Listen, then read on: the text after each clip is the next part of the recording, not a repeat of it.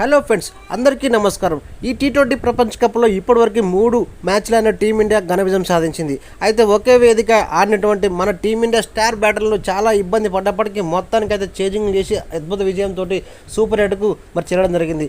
ఒక్కసారి సూపర్ 8 చూసుకుందాం. సూపర్ 8లో ఇప్పుడు వచ్చినటువంటి టీంలు, ప్రధాన వరుసలో వచ్చిన టీంలు ఒకసారి లెక్కించుకుంటే ఆస్ట్రేలియా, ఇటు ఆఫ్ఘనిస్తాన్, అటు దక్షిణాఫ్రికా, ఇటు టీమిండియా, మరి అదే కాకుండా ఇంకా కొనుక్క జట్టు ఉంది. అయితే 4 గ్రూపుల నుంచి ప్రధానంగా వచ్చిన జట్లతో పోల్చుకుంటే ఇండియా, అదేవిధంగా ఆస్ట్రేలియా, అదేవిధంగా వెస్టిండీస్, అదేవిధంగా మన ఆఫ్ఘనిస్తాన్, అదేవిధంగా దక్షిణాఫ్రికా.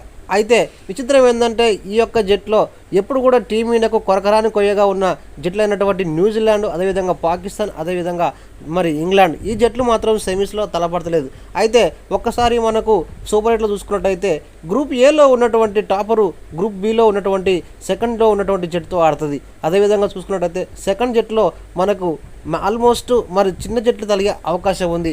ఇక సోషల్ మీడియాలో మన ఫ్యాన్స్ చెప్పుకున్న విషయానికి వచ్చినట్టయితే టీమిండియా ఆ యొక్క స్టేడియం అంటే ఇటీవల 3 మ్యాచ్లు ఆడినటువంటి టీమిండియా న్యూయార్క్లోని గయానా పిచ్లో మాత్రం ఆడట్లేదు.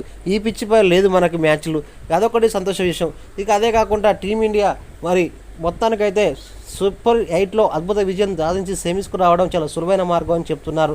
ఎందుకంటే గ్రూప్ ఏలో టాపర్గా ఉన్నటువంటి టీమిండియా బీలో కానీ, సిలో కానీ, డీలో వచ్చేటువంటి చిన్న జట్లపైన టీమిండియా ఆడే అవకాశం ఉంది. ఇక అదే కాకుండా మన జట్టు సూపర్గా తప్పకుండా సెమీస్కి వెళ్ళే అవకాశం ఉందని చెప్పి చాలామంది చెప్తున్నారు ఫ్యాన్స్.